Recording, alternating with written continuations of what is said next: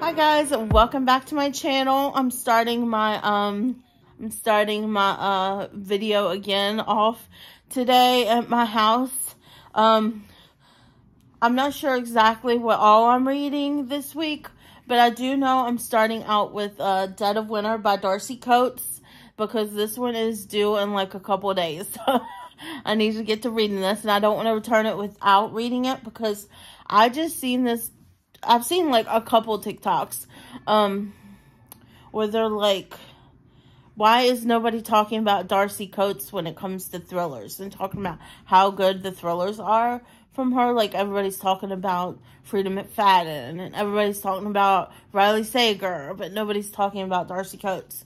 And she was like showing how she had every single book of Darcy Coates. So I was like, okay, I need to read one of these books and find out if it's any good.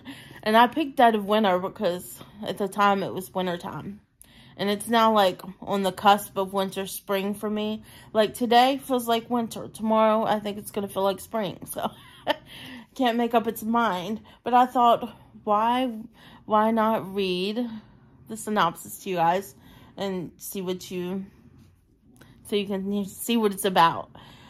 When Krista joins a tour group heading deep into the Rocky Mountains, she's hopeful this will be her chance to put the ghosts of her past to rest.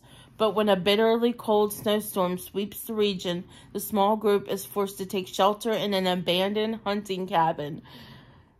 Despite the uncontrollably claustrophobic quarters and rapidly dropping temperature, Krista believes they'll be safe as they wait out the storm. She couldn't be more wrong. Deep in the night, their tour guide goes missing, only to be discovered the following morning. His severed head impaled on a tree outside the cabin. Terrified and completely isolated by the storm, Krista finds herself trapped with 8 total strangers. One of them kills for sport, and they're far from finished. As the storm grows more dangerous and the number of survivors dwindles one by one, Krista must decide whom she can trust before this frozen mountain becomes her tomb.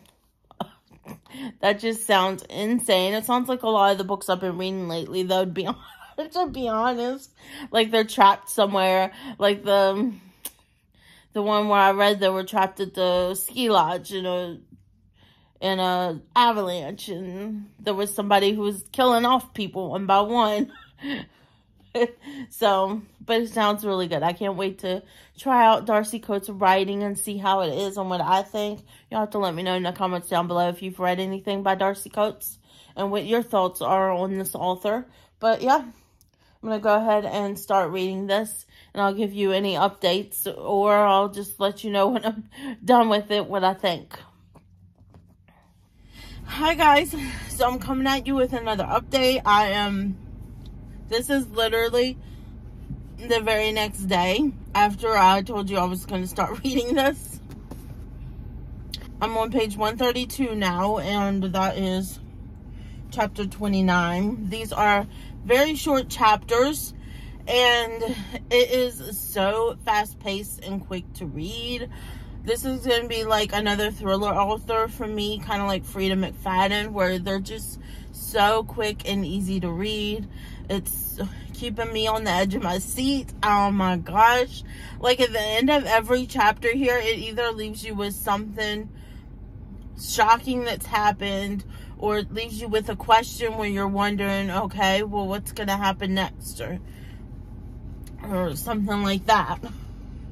So, like the last chapter, 28, and somebody said, what's that noise? And the main character here, gosh, I can't remember the main character's name. Isn't that sad? Does it say? Krista. The main character, Krista, the noise. And he says, well, what's that noise? Blake asks. She kicks her shoe aside. The question leaves us silent. My mouth turns dry. I was so preoccupied by the more pressing threats, Steve, the alcohol, my missing companions, that I let the sound fall into the background, dismissed as a broken branch. But it's not. It's too loud, too heavy. It repeats. banging against the cabin's back wall, not far from where Denny sits. A slow thud, thud, thud, like a dead man knocking to be let in. And that was literally the way that chapter ends. So it's like, okay, so is it a dead person? So the chapter 29, which I'm in the middle of right now, is picking up, and they're going outside. Everybody's piled together outside with Krista's flashlight from her cell phone, trying to look and see what it is. I haven't gotten to that part, but people are dying one by one, and wow. It's somebody that's in the cabin. We don't know who yet. There's so many suspicious people, like Steve with his alcohol. There's the guy Steve who clearly is an alcoholic.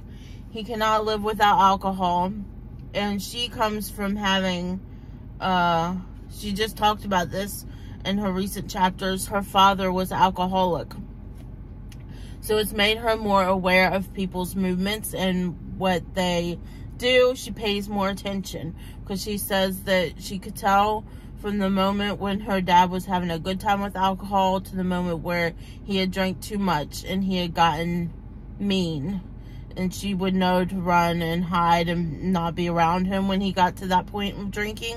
So it makes it seem like that maybe this guy who's an alcoholic, because when they first got to the cabin, he was on edge, and she said he was acting differently, and she guessed that he was probably alcoholic, and was needing a drink, which I guess he didn't get it until they decided to go back to the bus and get their luggage and bring it back when they couldn't start the bus. They thought, because the bus driver had disappeared, and they found him dead the next day.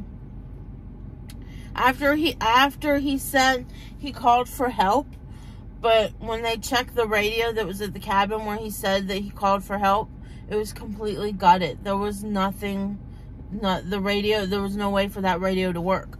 So they don't know if he actually called for help and the radio was gutted afterwards, or if he just pretended to call for help and did it to try to keep everybody calm and not panic or whatever. But that was very suspicious. Clearly it wasn't him because he's dead, but I don't want to give too much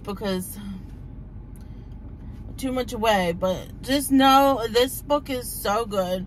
I'm really enjoying it. This will probably be the last winter read I'm gonna read, because it's heavily coming into spring right now. It's 69 today, so I ain't even wearing a hoodie today. I'm just wearing my leggings and a t-shirt. That's how warm it is. But I think after this I'll be reading my first middle grade book. I haven't read a middle grade book since I was actually in middle grade. So and it's one that I'm very excited about because it's due next at the library. And then I have another book that's due after that, and it's I think it's a romance. I can't remember what it is. Darcy Coates, I already know this one's probably gonna be we'll see how the twist ends. Right now it's a 4-star for me, because I don't want to say 5-star, because what if the twist disappoints me at the end who the killer is. So we'll see how it ends, but right now it's sitting at a 4-star for me, and I think it's gonna be a 5-star if the ending is really good. But yeah, I'm super loving this book. It's definitely, I'm going to go start reading all of Darcy Coates' books now, starting with the haunted house ones. I just heard that she has like a whole bunch of haunted house ones. And I love a haunted house, a creepy, like, it doesn't even have to be haunted, but if you're like in the house and it feels like somebody's in there with you, watching you, I love those type of scary thriller books. So I'll probably start reading her haunted house books next, because there's like 4 or 5 of them. So I'll have to see if my library has them though. But I love this. That TikToker was definitely right. So that TikToker was definitely right. Darcy Coates books are so good, and people should be talking about it more. What is wrong with people? I mean, I read over 100. When I stopped yesterday, I was at page 101. So I read over 100 pages the first day I read this book. So that should tell you something. I don't think I'll finish it today, but maybe I'll get close to finishing it because I have responsibilities. I need to fold laundry when I get home after picking up my son. So I'm not going to get as much time to read today when I get home after picking up my son as I did yesterday, because I didn't have laundry to fold yesterday because I was washing all the laundry yesterday. And today is the fold day. So, yeah. I'm going to go ahead and go and keep reading this, and I'll update you guys when I'm done with my updated rating and how I thought the ending was and everything compared to what I'm going through right now in the book. It's so good. So good. Bye, guys. Hi, guys. So it is, I think, the next day after the last clip I took, and I finished Dead of Winter by Darcy Coates. Oh my gosh, this book, you guys, I swear. In the beginning, it was leaving you, through most of the book, it was leaving you with, like, questions at the end of each chapter. It was, like, a shocking reveal, or a question as to whether you're questioning somebody who the murderer was. And it was just so good. And it kept you guessing on who the murderer was until literally the very end of the book.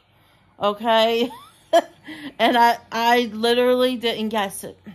I did not guess the twist that happened at the end. There was very many twists that were happening at the end. But the big twist of who the actual killer was, I didn't guess it.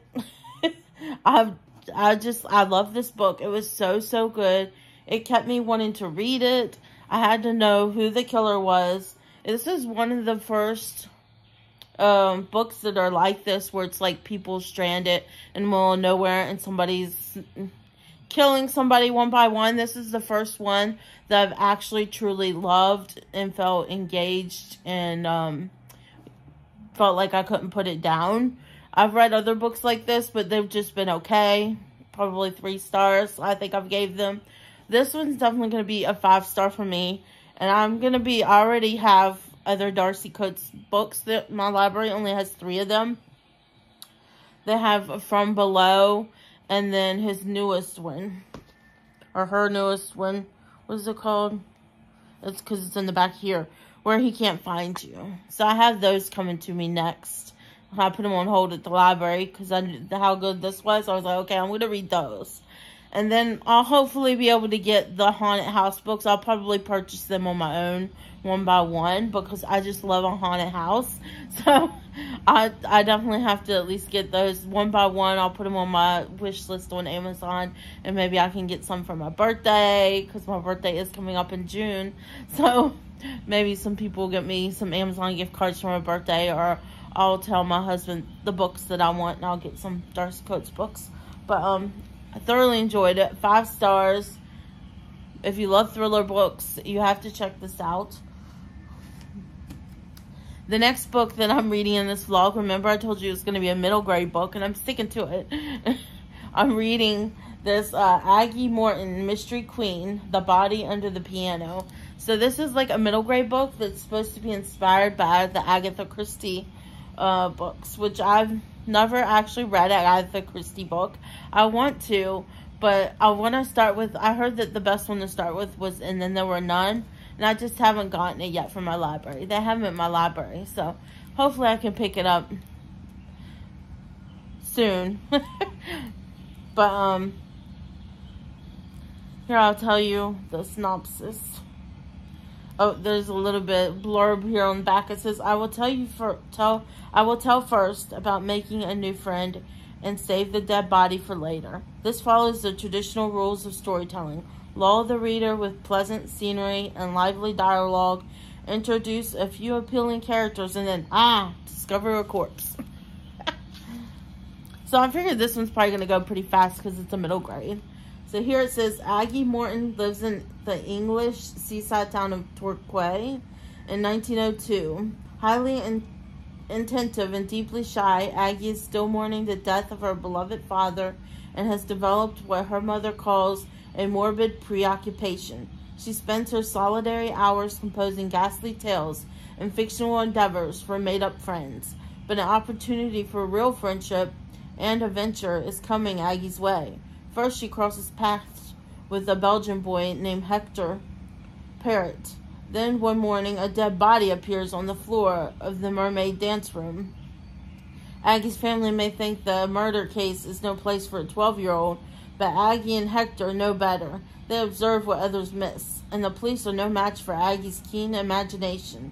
With a village full of suspects, the two sleuths apply their insatiable curiosity, deductive skills, and a little bit of nosiness learned from Aggie's sharp-eyed Granny Jane to solve the crime. Filled with mystery and excitement, unforgettable characters, and several helpings of tea and sweets, The Body Under the Piano is a delightful and thrilling first book in the series about being brave, finding your voice, and embracing the unexpected and cracking the case.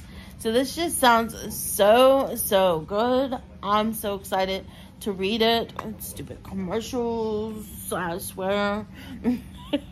So it sounds so good. I'm so excited to read this book. I don't think it's going to take me too long.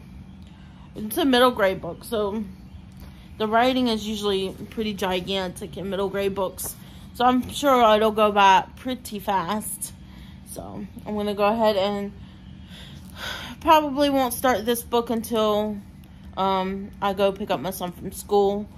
And it's actually almost that time for me to get ready to leave to go pick him up from school, because I'm going to leave a little bit early, heading to the library, because I have more books, believe it or not, that I put on hold that I'm going to add to my March TBR. And hopefully when I come back from getting my son from school, I can start editing the adding to my March TBR video, because I added quite a few books to it from the February-March video, library TBR video I posted. I've added quite a few more books to that, so we'll see what I get to and what ends up being rolled over into April. So I'm gonna go ahead and go, and I'll see you guys when I have an update for this book. Maybe when I'm about halfway through it, or 100 pages in. I like to not update until it's like 100 pages in or halfway through. That way I have a little something to actually tell you guys. But, yeah. I'm gonna go. Bye. Hi, guys. So, a little update. This was not the book you see me reading last. I had to temporarily softy enough the Aggie Morton book, because I thought it was going to be due next, because it does say that there's a hold, somebody waiting for it, but they renewed it for me. So I ended up softy enoughing that, because then I got a message from the library saying that there's 3 books that are due this week that I need to read. So I ended up softy enough that so I could read the 3 books that I need to read. And one of them was One True Loves. So I got that message over the weekend. Or was it? No, yesterday. I got that message yesterday morning. And I started this yesterday. And I pretty much read the whole book yesterday. There was like just a little tiny bit that I read this morning to finish it off. And this was such a good book. I really do like Taylor Jenkins Reid's writing. She does very beautiful writing. There were so many beautiful quotes in this book. And it was just, I thought I was going to cry during it, and I really didn't. But I just found it so heartwarming, and I don't know, like a warm hug. I don't know how to put it. And I'm not one who likes like the love triangle trope, which I guess this is what is in this. But there's just something about it, the way she wrote it and explained it about, I didn't read let me read the synopsis for you so you can hear what it's about. So it says, in her 20s, Emma Blair marries her high school sweetheart, Jesse. They build a life for themselves far away from the expectations of their parents and the people of their hometown in Massachusetts. They travel the world together. Emma is a freelance writer, Jessie as the production assistant on nature documentaries, living life to the fullest and seizing every opportunity for adventure. On their first wedding anniversary, Jessie is on an assignment in Aleutian Islands where his helicopter goes missing over the Pacific. Just like that, Jessie is gone forever. Emma quits her job and moves home in an effort to put her life back together. Years later, now in her 30s, Emma runs into an old friend, Sam, and finds herself falling in love again. When Emma and Sam get engaged, it feels like Emma's second chance at happiness. That is until Jessie is found. He's alive, and he's been trying to come home to her all these years. Emma now has a husband and a fiancé, but who is her one true love? And what does it even mean to love truly? Emma knows she has to listen to her heart. She's just not sure what it's saying. So I think it was just a beautiful love story about how, about loving people and, I don't know, about love and loss and how that changes you as a person. And it changes, maybe things you wanted once you don't want anymore, you know? I think that's just, it was such a beautiful story about love and loss and how it changes you. And I really enjoyed it. I definitely recommend this book. It did have some swearing in it. It did have some sexual innuendo, I guess, but there was no open door scenes. It was a closed door. Like, they were doing it, but it was more talking about how beautiful the moment was and the feel of his skin. And I don't know, it was just done really beautifully. So I do think this is a good book to read if you want to read, like, a closed door romance. I don't remember, there was nothing like that in this book, so. Even though they were in the scenes, it was more talking about how their skin feels and how they love each other so much. And it was more beautifully done in this book, I think. So, now that I'm done with that book, I wasn't sure what I was going to read next. But the next books that are due is this one, The Magic of Lemon Drop Pie, is another one I have to read. And then The Sterling House, which is another one I have to read. This one's also due. So I wasn't sure which one I was going to read next. But I feel like after reading One True Loves, that I just want to read another heartwarming story. So I decided that I'm going to go to The Magic of Lemon Drop Pie and read this next. Because it says, Hannah from the Teachers TBR here on YouTube, she recommended this. I was doing one of her reading sprints, and she was reading this book, and she was talking about how good it was. So I immediately put it on hold at my library, and I love the cover. The cover is just so beautiful. And does this not scream spring? I feel like the cover just screams, it's springtime. So I think I'm going to read this one next, and then I'll end it out with The Sterling House, which I think is kind of like a fantasy horror, but I'm not sure. But it just sounded good from the description. And it's like a shorter book too, where this one's a little bit, it's about the same size as One True Loves by Taylor Jenkins Reid. But let me read you what this one's about. It says, Lolly Blanchard's life only seems to give her lemons. 10 years ago, after her mother's tragic death, she broke up with her first love and abandoned her dream of opening a restaurant in order to keep her family's struggling Seattle diner afloat and care for her younger sister and grieving father. Now, a decade later, she dutifully whips up the diner's famous lemon meringue pies each morning while she's still pining for all she has lost. As Lolly's 33rd birthday approaches, her quirky great aunt gives her a mysterious gift, 3 lemon drops, with each of which allows her to live a single day in a life that might have been hers. What if her mom had not passed away? What if she opened her own restaurant in England? What if she had not broken up with the only man she has ever loved? Surprising and empowering, each experience helps Lolly let go of her regrets and realize the key to transforming her life lies not in redoing her past, but in having the courage to embrace her present. So that just sounds like it's going to be such a cute heartwarming story like the one I just read from Taylor Jenkins Reid. I'm just in the mood to read more of that. So I'm going to go ahead and start this one, and I will give y'all an update maybe when I'm in the middle of it, unlike I did that one. The only reason I didn't on that one was because I was reading it over the weekend. And on the weekends, I just spend time with my family. So I don't really do any updating to my YouTube vlog when I'm doing that. So, yep, I'll give you an update as soon as I've read maybe about half the book. I'll try to come in with an update for you guys on my thoughts on the book so far. But I think I'm really going to like this one. So let me go ahead and get to reading, and then I'll see you when I have an update. I just have to give y'all a little update. I literally just started reading this book. I'm sitting in front of my son's school waiting for him to come out, and I already think I'm gonna love this book. She was talking about her, in this first chapter, she's talking about her wish list for when she was younger. Her life goals is what it was. Her life goals when she was younger.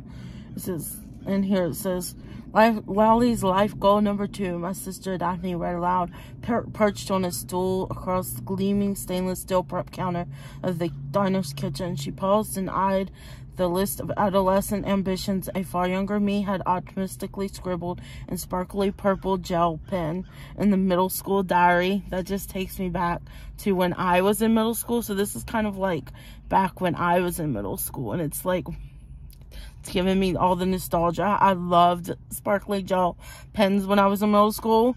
But it says, own my own restaurant, somewhere amazing. She glanced over at me skeptically.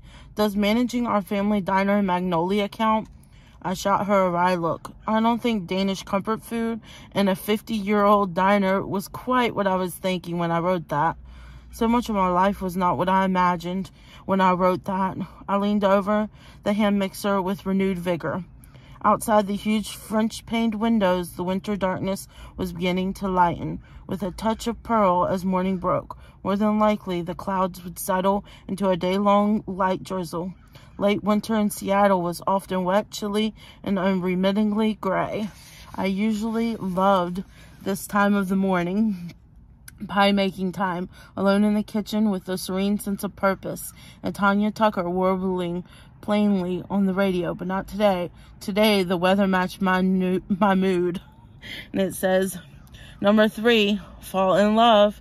She paused and squinted at the page. You scribbled a note in the margin that says, I like him to look like Freddie Prinze Jr. or Brad Pitt. Daphne shot me a curious look and wrinkled her nose. Who is Freddie Prinze Jr.? This person doesn't know who Freddie Prinze Jr. is. I just laughed at that. Did you ever see She's All That? No, I guess you were too young. I brushed a wisp of hair back into a bouncy ponytail. It was the 90s. Freddie was a dreamy and total heartthrob. I redoubled my efforts on the meringue, which was now stiff enough to stand by itself in frothy white peaks. Daphne studied the page. What was this list for anyways? Closing my eyes, I was instantly catapulted back into my 7th grade classroom. The buzz of hormones and invincibility, the smells of old linoleum, adolescent boys wearing too little deodorant, and girls wearing too much fruity body spray from Bath & Body Works. Miss Beeson's English class. We were supposed to write out a life goals list, a plan for the next 20 years, which is sort of crazy given that most of us couldn't plan our way out of a paper bag. When we were 13, she was big on plans, pencil skirts, and plans. That's ambitious, Daphne said, looking again at the list. It's kind of sad to read it now, I commented lightly. Sad how? I turned off the mixer. Next month, I'll turn 33. It's been almost exactly 20 years since I wrote that list, and I haven't done a single thing on it. My tone was matter of fact, but the realization stung sharp and true. I had not thought about that list in years, but the reality that I hadn't managed to accomplish even one goal was disappointing. So it's just the nostalgia already. That was literally the second page. Part of the first page and the second page of this book. So I think I'm gonna like this book already, especially since her her middle school years were in the 90s, which means that her high school years were in the early 2000s, which is like exactly my time period for middle school and high school. So I'm gonna keep on reading, and I will update y'all again a little later. I just had to put that in there because that nostalgia with the Freddie Prinze Jr. and he was a total heartthrob. That was totally me. I loved She's All That. I loved like most of the movies he was in the 90s. So yeah, let me get back to reading because I need to know more about this book. Lied. So I forgot there's another little part I wanted to say. So it says, Daphne closed the diary and tossed it on the counter. Then stretched young and lithesome in her yoga gear. Her sleek chestnut hair swung over her shoulders. Hair color was the only thing we shared in terms of appearance. Daphne took after our dad, small and leanly, muscled, a dancer's build. I favored our mother's Danish side of the family, taller with round curves and high broad cheekbones. She slid off the stool and surveyed me. Do you still want all those things? Freddie Prinze Jr. has aged really well.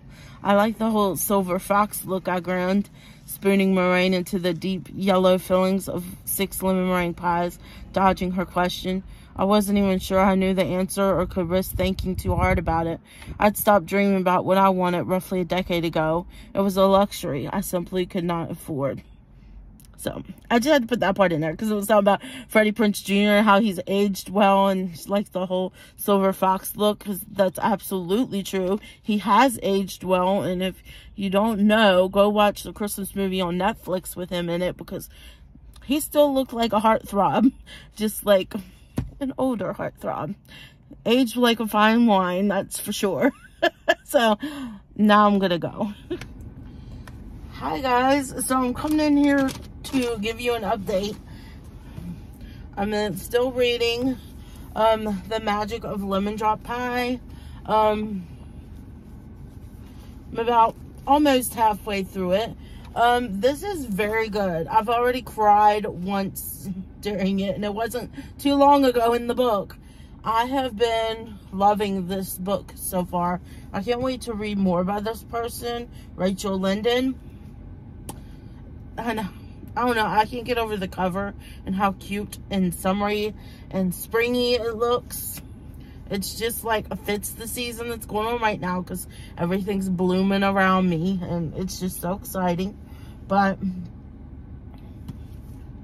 I love it. So it's pretty much about this girl, Lolly.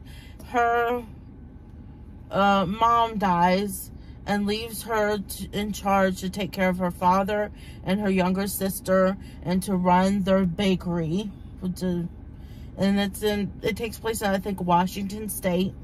So, and she gives up everything to do that. Her ideas for the world, she wanted to move to London, open up her own restaurant called Toast, and she had dreams for her life. And a guy that she's had a crush on forever, his name's Rory, and she said she gave up him and her dream to fulfill what she promised her mom that she would fulfill, which is keep her the bakery or the restaurant going.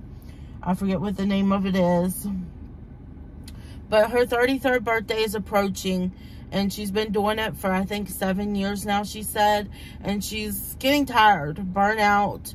She finds her old Lisa Frank notebook, which I can't even believe, that has her life goals in it, and she feels like she has these life goals that she made in the 7th grade in her Lisa Frank notebook, and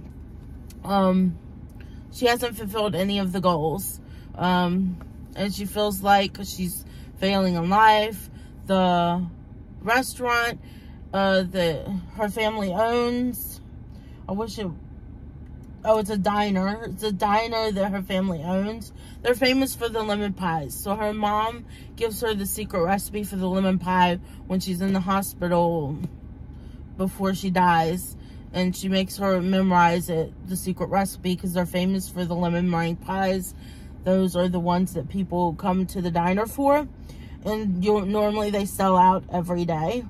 So, like I said, she was approaching her 33rd birthday, found her Lisa Frank notebook that had her life goals, and she noticed that she hasn't done any of her life goals, that she feels like she hasn't accomplished nothing, even though she's running the diner, and she's working hard so her sister can graduate from school, which she only has a year left in school. And then her great aunt, her quirky great aunt, gives her these lemon drops, which looks like those old granny lemon drop candies. She says she gives her 3 of them and says that before she goes to bed at night, she sucks on one of the lemon drops, and when it's gone, she wishes for something. Like, first she wishes for her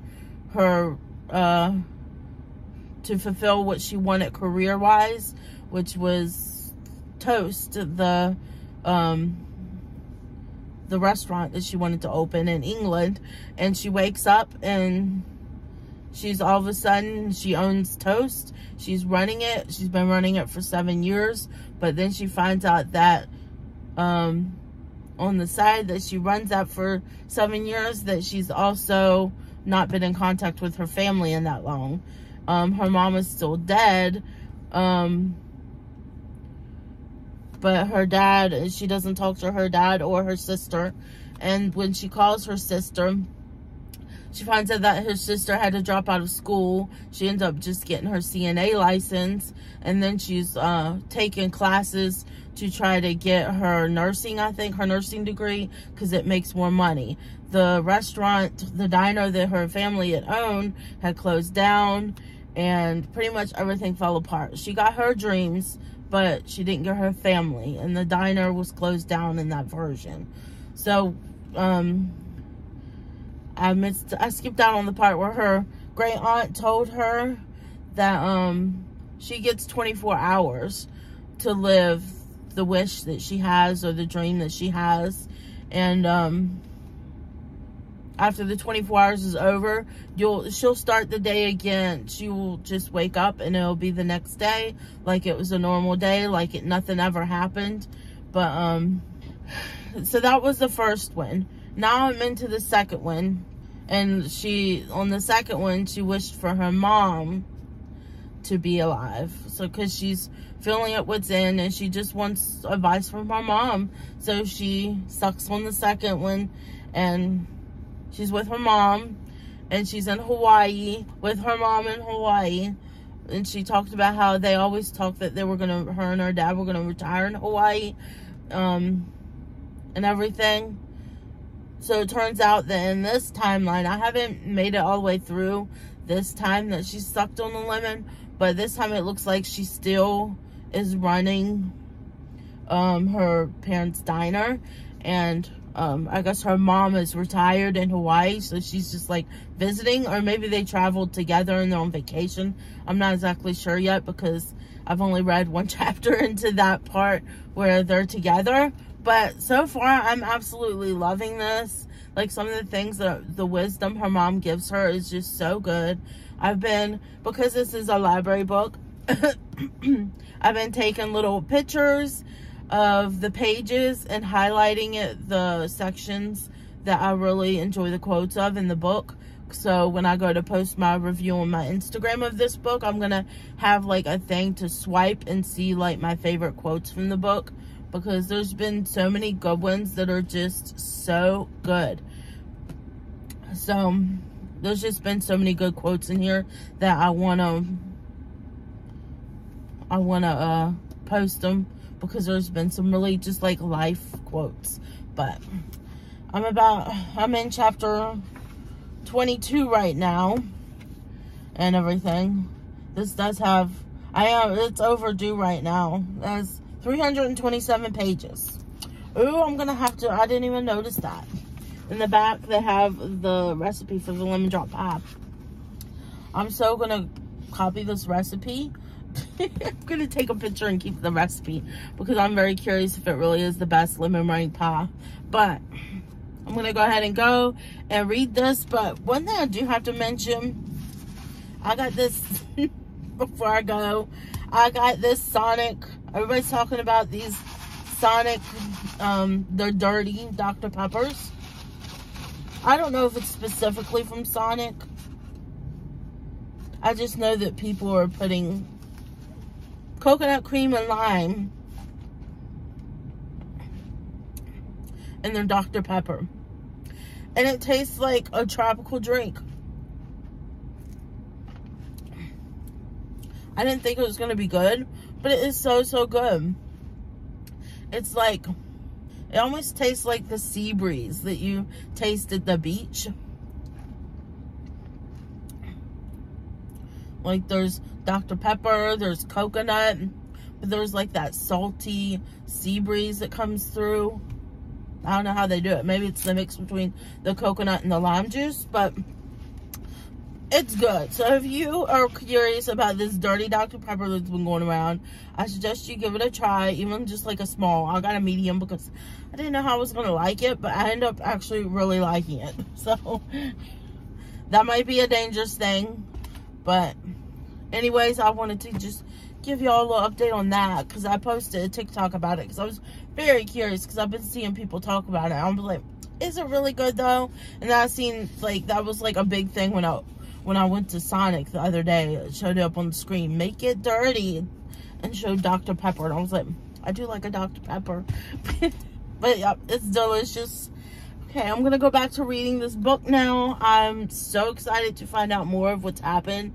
I'm so curious because she makes it sound like her great aunt almost made it sound like if she was satisfied with the way things turned out, that it seemed like she could she could stay in one of the wishes that she had if she wanted to. And she called it finding her bliss. So it's very interesting. I'm really enjoying this. It's so good. It's a good recommendation from Hannah with the Teacher's TBR here on YouTube. So I'm gonna go and I'll let y'all know when I finish the book my complete thoughts and my rating on the book. But I can't wait to read. Let me go read. So I just finished The Magic of Lemon Drop Pie. And this book was so good. I already told you a little bit about it, so I'm not going to say too much about it because I don't want to spoil the little twist that happens at the end. It really is just like about finding the magic in your own life and the ordinary things and seeking your bliss, whatever makes you happy. Seek your bliss a little bit each day in the ordinary moments, what makes you happy, and always striving for more. I don't know. I loved it. It had a beautiful message in it. It was, I was crying sad tears. I was crying happy tears. It was such a good book. This is a 5-star book for me. I'm going to be reading more books from Rachel London because I absolutely loved her writing. And it was just such a heartwarming book. Like I said, I wanted another heartwarming book to read after the last one I read. And this one was so perfect for that. So, I absolutely loved it. If you want like a great heartwarming story, like it says here in the back about the author. I was reading about the author because I didn't know about the author. But it says she creates stories about her favorite things. Strong women facing big challenges, food, travel, and second chances of love. And that's pretty much what it was. Just so good. I highly recommend it if you're looking for just like a heartwarming, uplifting story that just leaves you feeling like a warm hug after you're done reading it. This one's definitely the book for you. And moving on from that to the next book that I need to read because it's also due at the library. And this is going to be a little moving away from heartwarming books.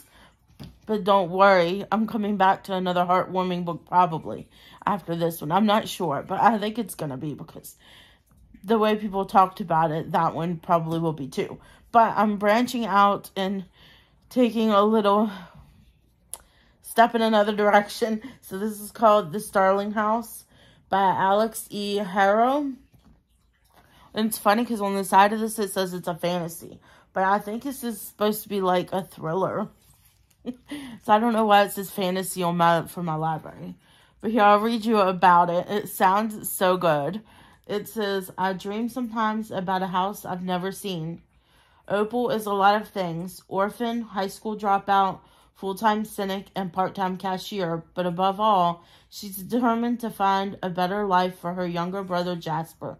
One that gets them out of Eden, Kentucky. A town remarkable for only two things: bad luck and East Starling, the reclusive 19th century author of The Underland who disappeared over 100 years ago. All she left behind were dark rumors in her home. Everyone agrees that it's best to ignore the uncanny mansion and its misanthropic heir, Arthur. Almost everyone, anyways. I should be scared, but in the dream, I don't hesitate. Opal has been obsessed with the Underland since she was a child. When she gets the chance to step inside Starling House and make some extra cash for her brother's escape fund, she can't resist. But sinister forces are digging deeper into the buried secrets of Starling House, and Arthur's own nightmares have become far too real. As Eden itself seems to be drowning in its own ghost, Opal realizes she might finally have found a reason to stick around. In my dream, I'm home, and now she'll have to fight. Welcome to Starling House. Enter if you dare. How fun does that sound? It sounds utterly spooky and thrilling. It sounds like it's like a haunted house. Love haunted houses, just saying. So I'm very excited to start this book next.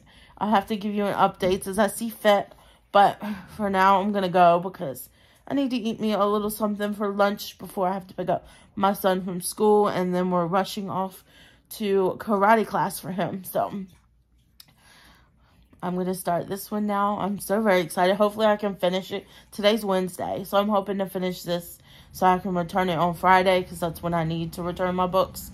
So hopefully I can read half today and half tomorrow. I probably can do that if it's a pretty good, fast-paced book, and it's pretty small. It's small compared to the last two books I've been reading.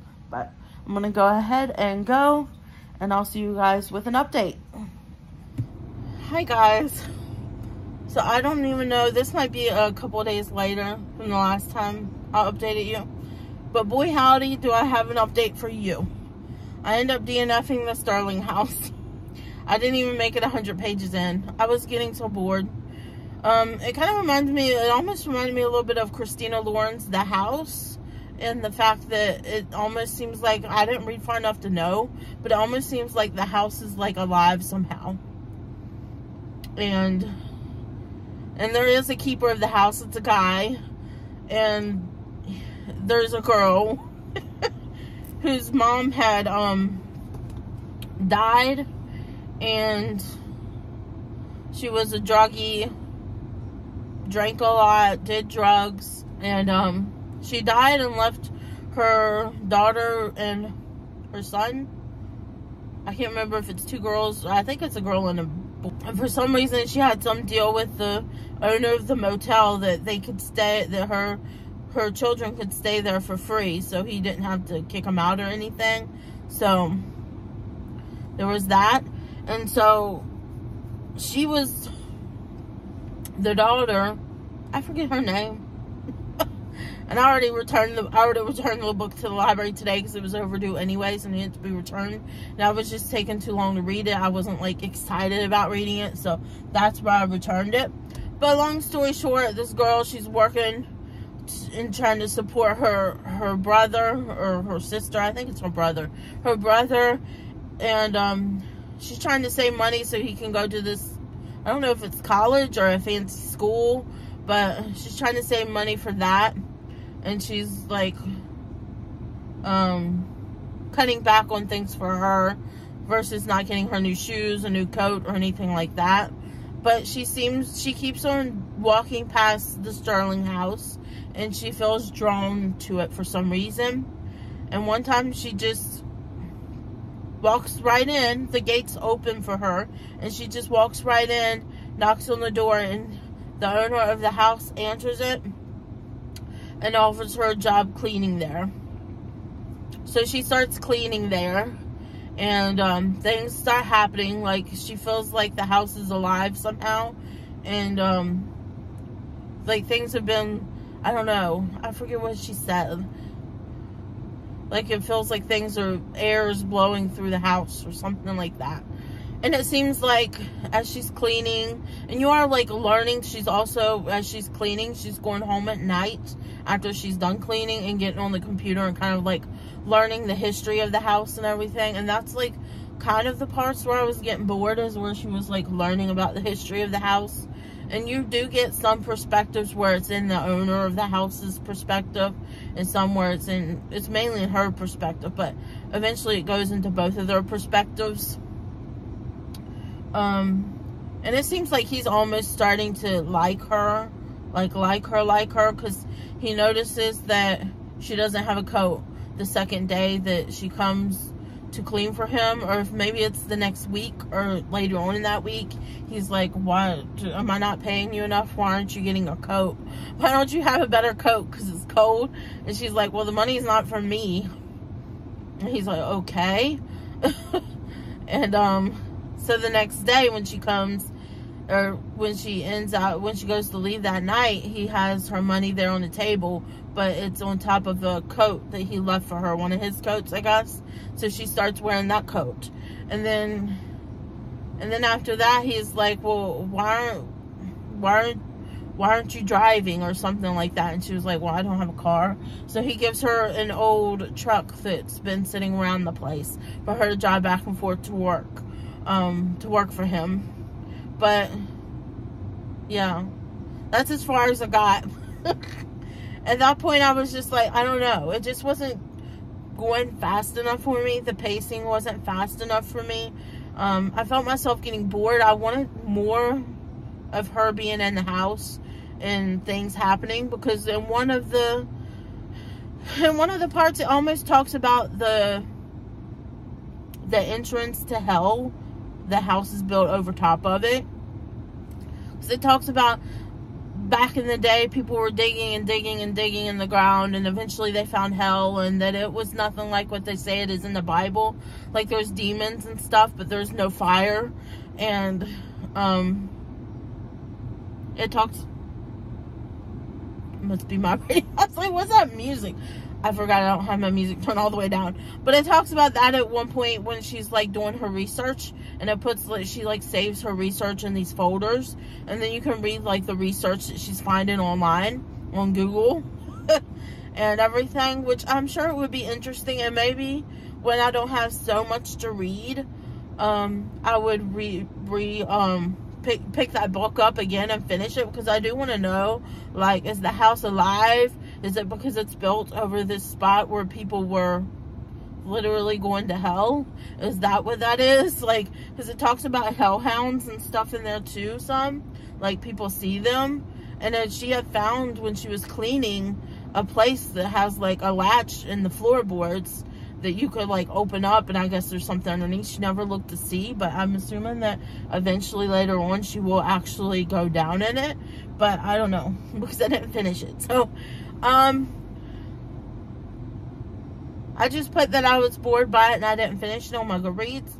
But now that I'm thinking about it and talking about it, maybe if there's a time when I'm not as many ARC reads in to read at this time, and so busy at reading, when I have more time to just relax and enjoy reading.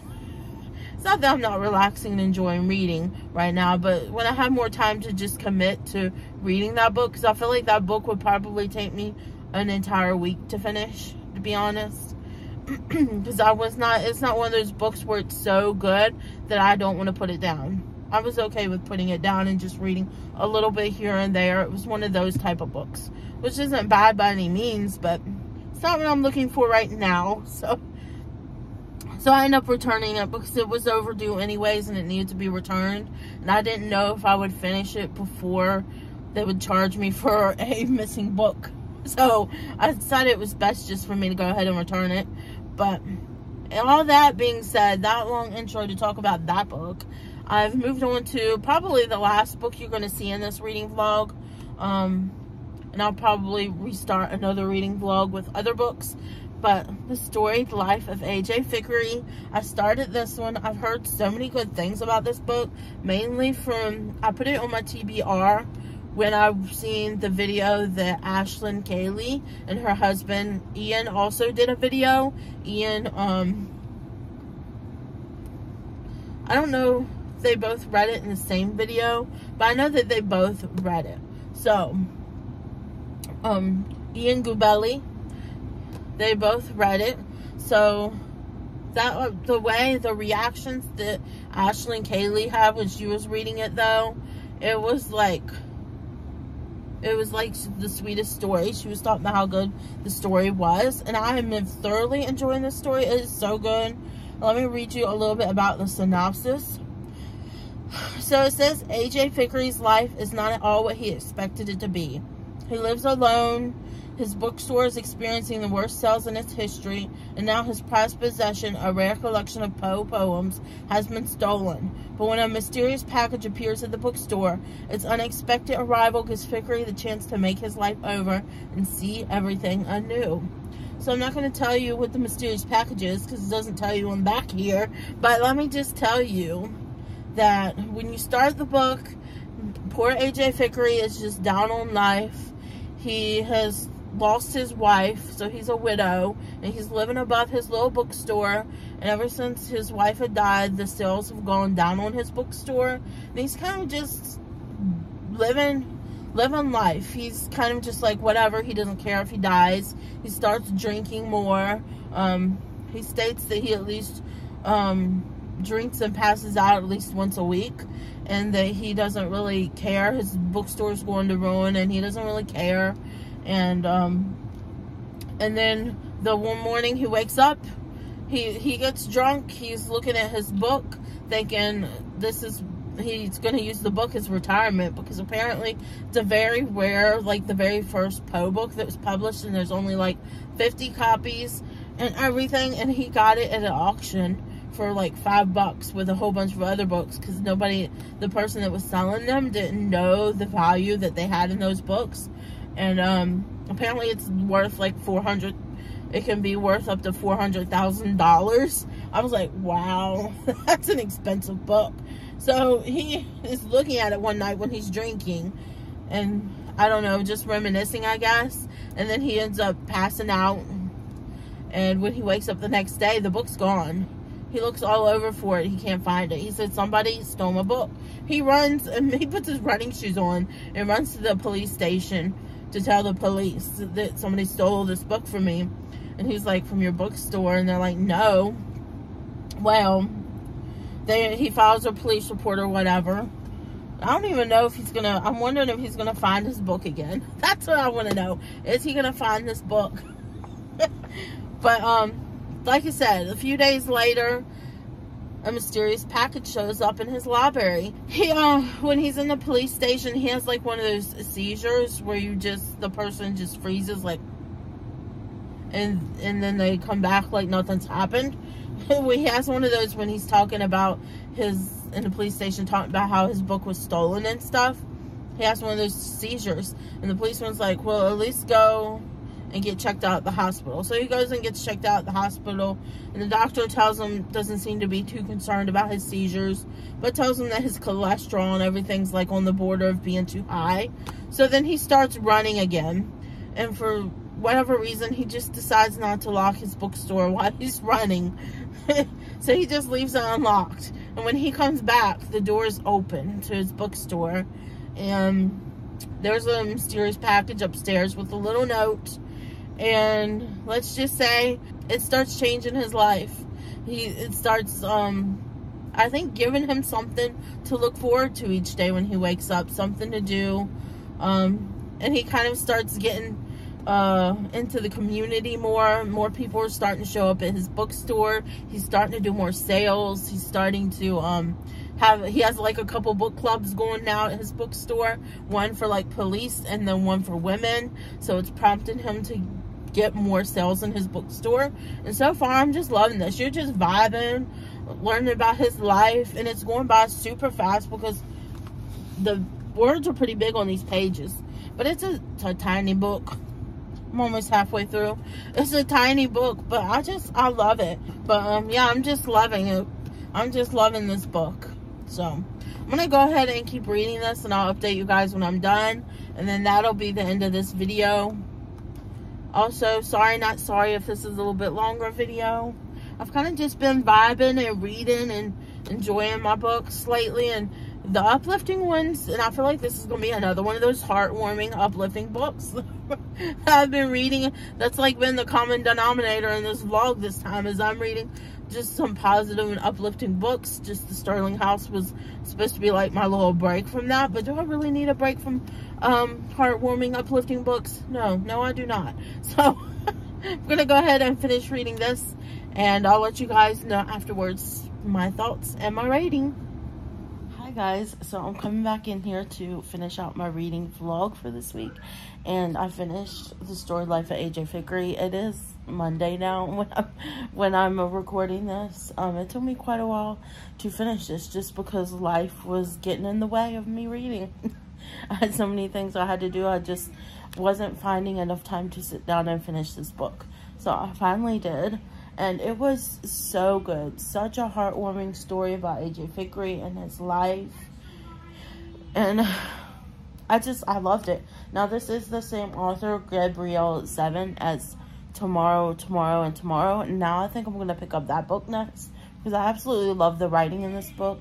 It was like a flying by for me. I was reading through this so fast until so many things got in the way of my life.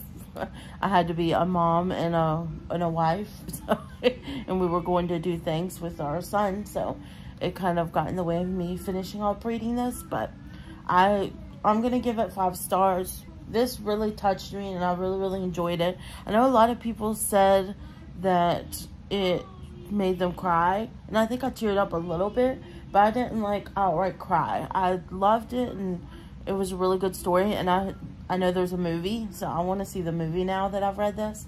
But it didn't make me cry. So, you know what? I'll probably give it 4 stars. I haven't rated it on my Goodreads yet, but I will now that I'm done with this. I'll probably give it 4 stars. I loved it. It was a great story. I highly recommend it. I especially read it because it was a shorter book, and I wanted to read Tomorrow, and Tomorrow. But it is a thicker book, so I thought I would choose the shorter book to see how I like the author and the author's writing, because this is my first book by Gabrielle 7. So I found out, I mean, in this book, I absolutely loved the writing. It flew by for me. I was reading this literally so fast. So I am going to try Tomorrow, and Tomorrow once I've finished all the books I have now, because maybe in a couple months, I'll probably pick up that one from my library to read. But absolutely loved this one. I highly recommend it. If you haven't read it yet, you should read it. It's just a very heartwarming, touching story. It is a clean book.